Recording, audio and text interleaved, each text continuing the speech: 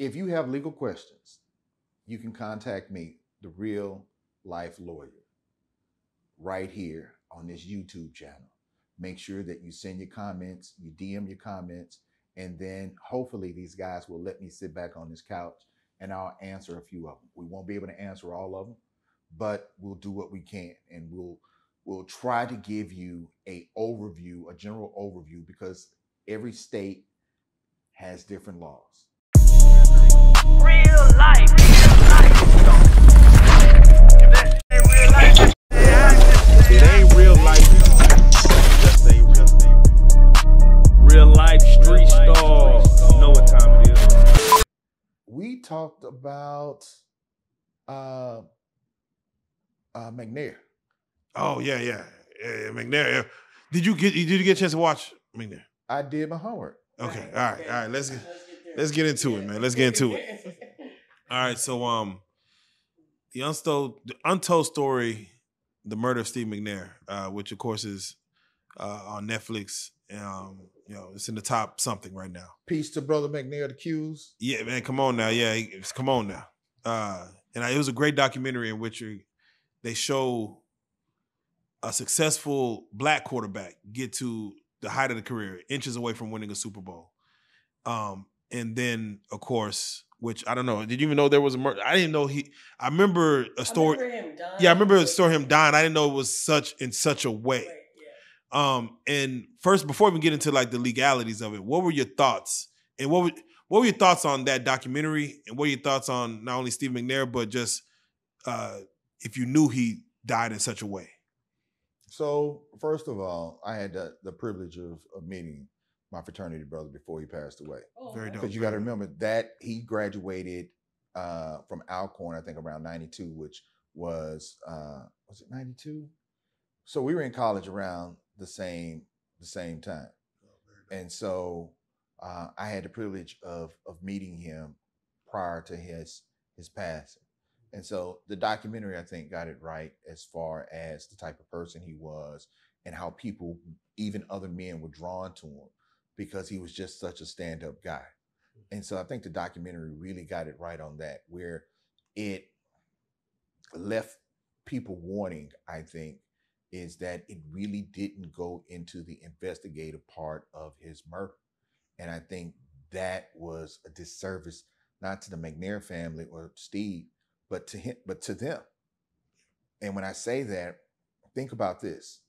Was it Gibby, his friend, Right, walked in and he immediately saw bullet holes, things of that nature. We saw laser lights pointing to that. correct. And so I don't want to, well, I guess we're going to spoil it if you're watching this. Yeah. Spoiler alert. Yeah, Spoiler alert, please. Yes. I mean, what is it? I'll let you go into it. And so there was potentially another scenario. We'll leave it like that. It was another scenario. And if you watch the documentary, you'll see that was really never investigated, because someone who's done murder scenes, when you look at ballistics, they look at angles in which the bullet goes, they can tell the angle and how far it was based on how deep it went into the wall and what part of the body it went through. They didn't really talk about that. Right. And if there was another scenario in which there was another option, they never did tell us that person A had to have done it because the bullets were at this angle, because the two people weren't the same height. Right. Right? They weren't the same height. Right. And so, there's all kinds of scenarios and things that possibly should have been investigated. Once again, everyone is not created equal. You have some great detectives who really do a thorough job. And quite honestly, you have some poor ones who just give the prosecutors what they want because they're overworked.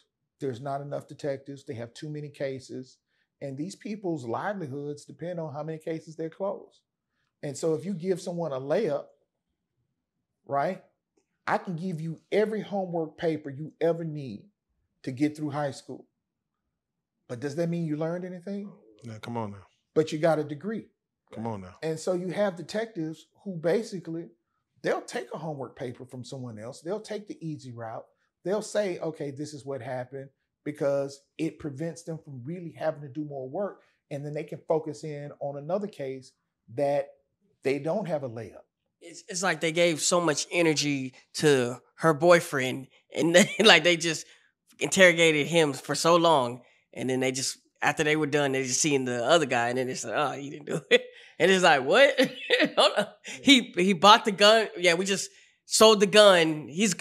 I think he was convicted felony. They didn't even Convicted murderer. Convicted murderer, right? Yeah. And they didn't even focus on that he had a gun in the first place. It's like, it didn't make any sense. Yeah. It was very telling in the sense that, you know, you had 3 people allegedly that had motive. Right. Right? You had the jilted girlfriend, you have the shortcoming boyfriend, yeah. And then you had the unknown person who was interacting with the girlfriend. Yeah.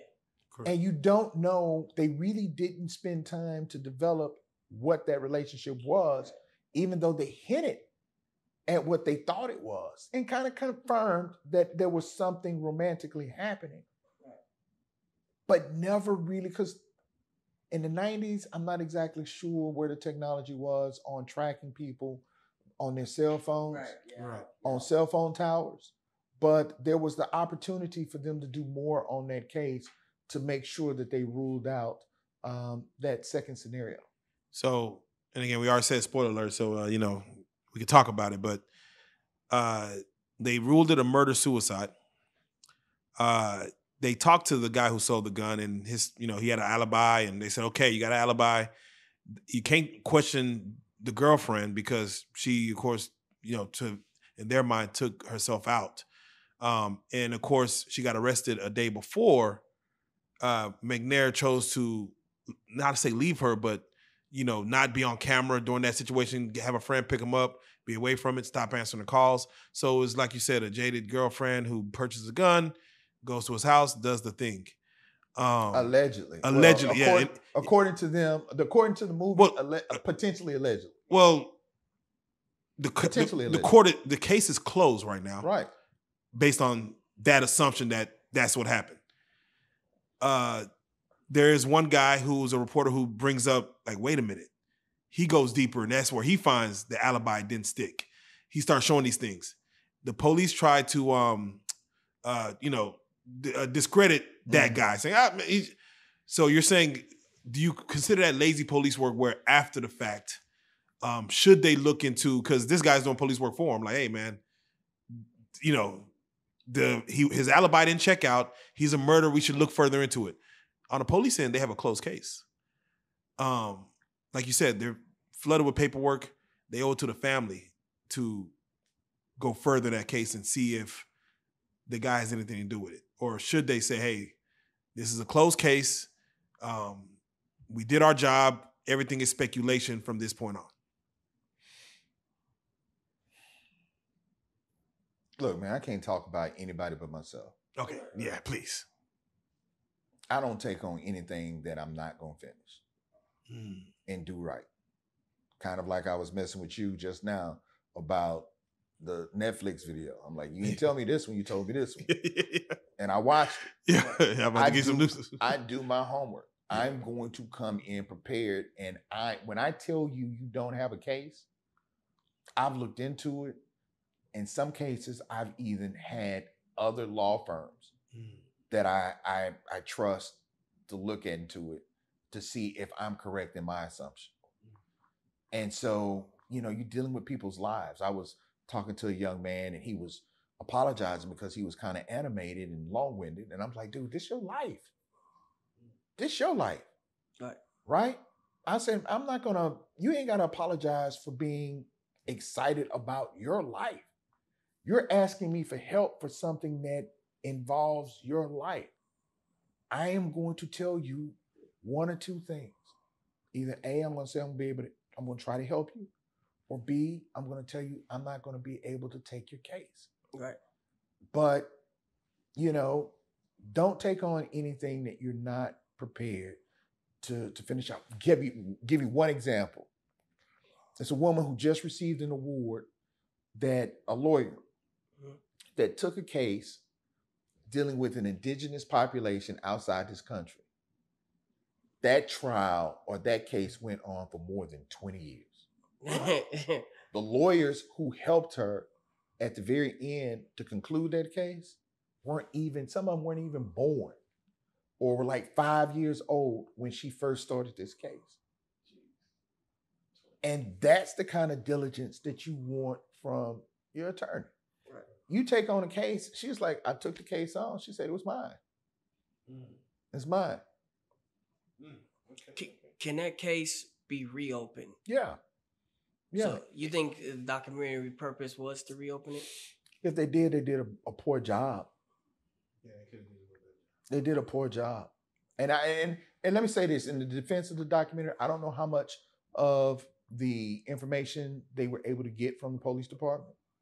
Because a lot of times the police department stalls you or doesn't provide you information on cases, citing all kinds of different things, like it's an ongoing investigation or other things that they keep you from getting pertinent information. And so I can't really say, but if they were going to make this movie and go in that direction, I think they should have went more into the evidence of the second scenario. Yeah, right. I would like to see a part 2 where they speak with her mom and her dad. Yeah, because like, was she a killer? She purposely went further. Yeah. Well, her family said she didn't do it. Her family said that she wasn't. In the movie, they said that she was basically not the type of person who would kill herself. Right. So who would open that case? Is that a DA? It's a DA. So the DA would look at that and say, hey, there's something here. Somebody get on it. That's the DA. Okay. The same thing happened with R. Kelly. It made them reopen the documentary Surviving R. Kelly. It made one DA look at it and say, wait, there's some charges here that federally could be brought against him. And it opened up a smorgasbord of state charges, federal charges.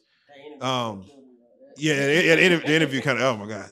So you watching the McNair story, you're saying it could have led into a way that it could have got the right attention. And somebody could say, let's just look further into it. Documentaries have that power. Yeah, they do. And in the R. Kelly situation, the women that they brought in to have testified or to be on camera and talk about this scenario, it was amazing. I can show you text messages. I was on a guy's trip and the P. Diddy lawsuit came out. And friends of mine that I was with, like, Larry, what do you make of this? And so I said, give me 10 minutes. Let me read through it. I read through it and I came back and said, oh, he finna go to jail. I said, they finna come after him. They said, like, why? It's a civil suit. I said, prosecutors, the criminal investigations watch everything. Everything. Anything that you put on the internet, anything you put on social media, it's all being combed through. And I'm not talking about conspiracy theories, but they are. And it was so many allegations within that complaint. What was the main thing that made you say, was it the amount of allegations or was it something specific that you said? Man, it was the detail. Oh, yeah. It was the dates, the details, and it was the bringing in of other people. Right. Right? You know, he brought in guys and they did this. He brought in women and they did this. He had this and they were this age and this and that. And I'm reading through this and I'm like, man, this is way too much. Real life.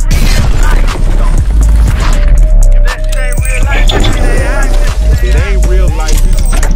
Just say real life street stars.